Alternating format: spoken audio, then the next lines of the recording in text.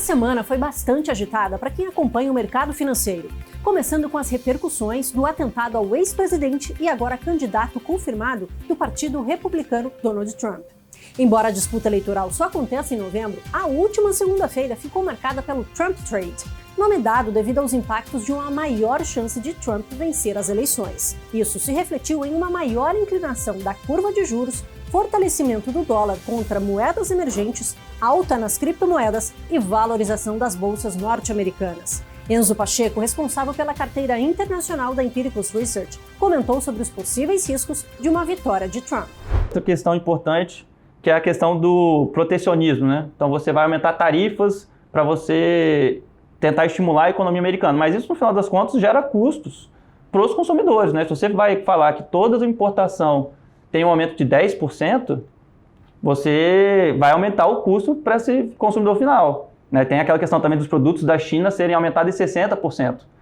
Os iPhones, eles vêm basicamente da Ásia, né? Então, o preço do iPhone pode aumentar e isso tem um impacto na inflação. Ou seja, pode dificultar a vida do Fed, que, né, nesses últimos dias até deu uma aliviada, os números de inflação vieram positivos, né, no sentido que vieram abaixo do esperado. E já tem uma sinalização forte de que, de fato, pode acontecer um corte em setembro. Eu era meio reticente, mas esse último número de deflação pode abrir a porta, ainda não é certeza, mas abriu um pouco mais a porta. Então, isso tem essa preocupação de inflação e a preocupação também, a gente fala na questão do mercado de trabalho. Ainda no cenário internacional, a temporada de balanços do segundo trimestre deve movimentar ainda mais as bolsas, já que um movimento importante de rotação foi visto nos últimos dias. William Castro, estrategista-chefe da Avenue, revelou em quais setores o investidor deve ficar de olho. Eu acho que sim, obviamente todo mundo vai querer olhar o resultado da NVIDIA, que hoje é o principal player, né, de inteligência artificial, ele sempre divulga mais para o final. Então, acaba que, porque dá um norte, mais ou menos, de como é que está andando esse setor, como é que as perspectivas ainda de crescimento, né, para esse segmento. Então, um nome bem comum. Os bancos são sempre importantes para dizer o que se espera da economia em termos de aumento de inadimplência, eventualmente crises ou recessão. Já aconteceram. Aparentemente, a gente não teve grande surpresa. Acho que os bancos não têm uma grande expectativa de recessão ou coisa do gênero na economia, isso é positivo.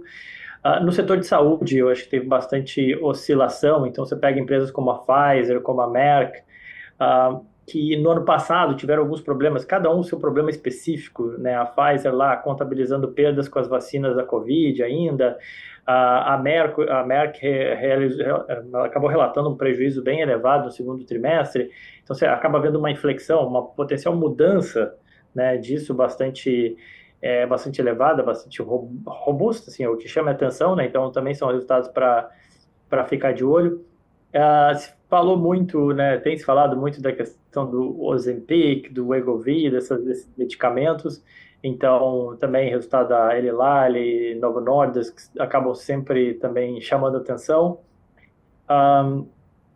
Eu sei que Tesla acaba sendo uma empresa de tecnologia, barra carro, mas acho que aí chama atenção muito mais anúncio de potenciais mudanças, novidades. Em agosto, a gente sabe que o Elon Musk vai anunciar o seu robotáxi, ou a ideia de, pelo menos, mostrar, né, o que pode vir a ser esse projeto deles. Então, eu diria que esses são, obviamente, de novo, assim, o mercado sempre vai olhar as Big Techs, né, Microsoft, Google, Meta, Amazon, e por aí vai. Mas, além dessas Big Techs, né, eu destacaria algumas dessas empresas aí que eu citei. Aqui no Brasil, Eneva, empresa do setor de energia, anunciou um follow-on de até 4 bilhões e 200 milhões de reais e a compra de 4 térmicas, afirmando sua estratégia de crescimento. Hoje, a companhia vale 21 bilhões de reais. E na opinião de Rui Hungria, analista da Empiricus Research, as aquisições foram bastante positivas. Acho assim, não que a gente tenha tido uma mudança de estratégia, porque assim, a Eneva nunca foi uma pagadora de dividendos, porque assim, tinha muito prejuízo acumulado, então, mas acho que existia uma dúvida, porque a gente está falando do quê? De um player num setor elétrico, que é um setor tradicionalmente pagador de dividendos, com um modelo de negócio que tem uma receita fixa bastante relevante. A gente está falando aqui o que é a receita fixa, né? Porque não entende muito do setor termoelétrico. As termoelétricas, elas normalmente recebem uma receita independente se elas vão gerar energia ou não, simplesmente pelo fato de elas estarem disponíveis para gerar energia, e uma outra receita que a gente chama de variável, que é quando elas geram energia para remunerar essa geração. O setor termoelétrico, ele então tem essa previsibilidade de ter uma receita fixa independente do que aconteça, o que normalmente se traduz em dividendos, né? E boa geração de caixa. Então, o que a gente tinha, o mercado, né, de uma maneira geral, tinha uma dúvida ainda muito grande, né? Beleza, a Eneva está crescendo, ainda tem prejuízo acumulado, não dá para pagar dividendo, mas o que ela vai se tornar daqui a 3, 4, 5 anos, né?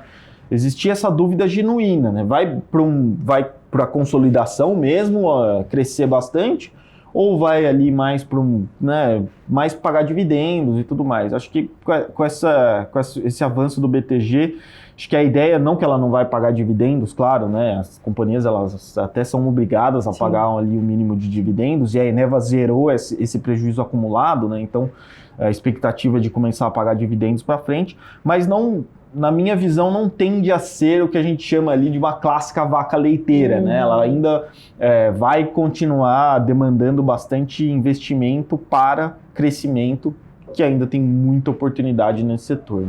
A Sabesp foi, enfim, privatizada por 14 bilhões e 800 milhões de reais. E Equatorial desembolsa quase metade desse valor para se tornar acionista de referência com 15% das ações. O preço foi de R$ 67 o papel, bem abaixo das cotações em tela, que passam de R$ 80. Essa diferença, de acordo com os analistas, ajudou a atrair uma demanda total que girou em torno de 187 bilhões de reais, tornando a Sabesp a maior oferta de saneamento da história brasileira, batendo inclusive 3 vezes a da Petrobras em 2010, que atingiu 61 bilhões de reais em pedidos. Para Marcos Duarte, da Nova Futura Investimentos, talvez esta seja a melhor oportunidade do ano. Quando o governo anunciou a privatização da Sabesp, é um ponto, claro, sensível ao mercado, porque o investidor ele vai ter um certo receio e uma certa tensão sobre quais são os próximos rumos da companhia. A Sabesp tem sido, ao longo dos anos, uma companhia que demonstra muita eficiência operacional, seja na sua principal atividade, que é a purificação, tratamento de águas, enfim, né, saneamento básico, como também na remuneração que ela dá ao acionista. Tá? E, claro, uma notícia de uma privatização de uma empresa desse porte, uma das maiores, se não a maior empresa de saneamento básico do mundo, mexe com a política, né, do investidor. E olha só, Sabesp tem um preço hoje, né, como você bem mencionou, Paulo, cotado aí na casa dos R$ 84.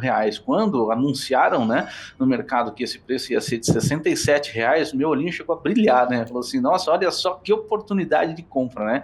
Então, particularmente aqui a minha análise foi, cara, oportunidade ímpar, não vai ter outro no mercado, talvez a melhor oportunidade do ano, não só em tamanho de privatização, mas também no quesito oportunidade de negócio ao investidor, né? Então, acompanhando alguns números, por exemplo, né, a gente já estava com reservas aí de mais de 187 bilhões, né, de investidores interessados, né, nessa precificação nova de Sabesp, né? E você pega um ativo que vem performando bem ao longo do tempo, que vem demonstrando eficiência, que vem mostrando bons resultados, que é isso que o investidor quer. E aí surge um modelo matemático, né, da Equatorial pagando ali junto com o governo, enfim, pagando preço muito abaixo do que o preço de tela, que a gente chama do que o preço cotado em bolsa, é uma excelente oportunidade. Então, para mim, tá, Paula, nas minhas análises, eu só vi Sabesp para cima, né? Na semana que vem, o foco são os balanços das companhias brasileiras, que começam a ganhar tração a partir de segunda-feira, dia 22. Rafael Passos, da Jax Asset, fez as projeções dos resultados para diversos setores. Eu acho que o setor de construção é um setor que vai aqui, de fato, conseguir performar bem nesses balanços, né? Inclusive, a gente começa a ter uma série de prévias operacionais, então você teve Zetec, você teve Cyrela, você teve Plano e Plano, né? Então, mesmo de alta renda ou baixa renda, você teve destaques mais positivos do lado de construção, né? Então, construção, acho que a gente pode ter aqui sinais mais positivos, né?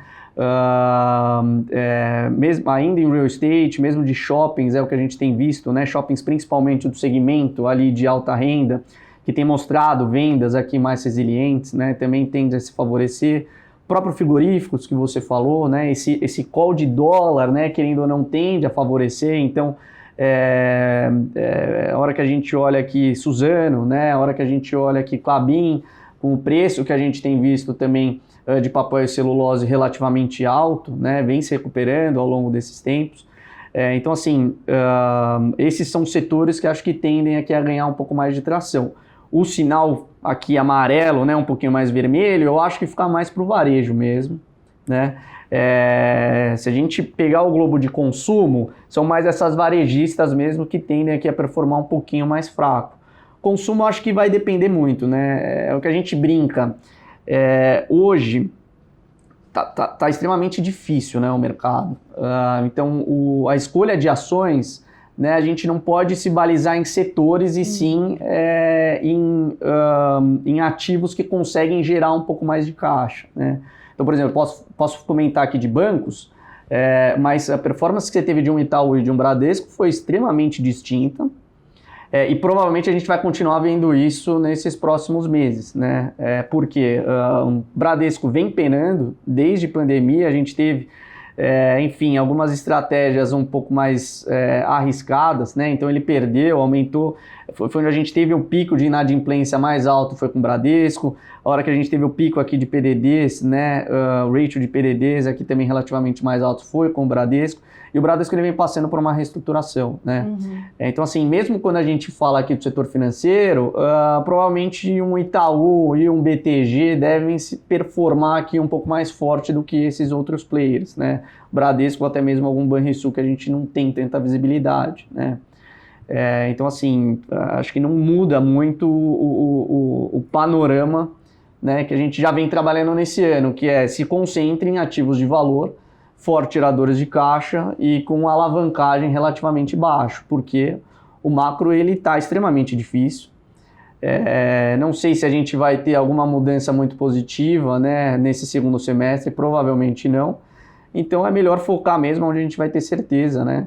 E, enfim, são esses players que vêm aqui mostrando alguma recuperação mais forte. Este foi o Giro da Semana com os principais destaques da semana no Giro do Mercado. Espero vocês na semana que vem.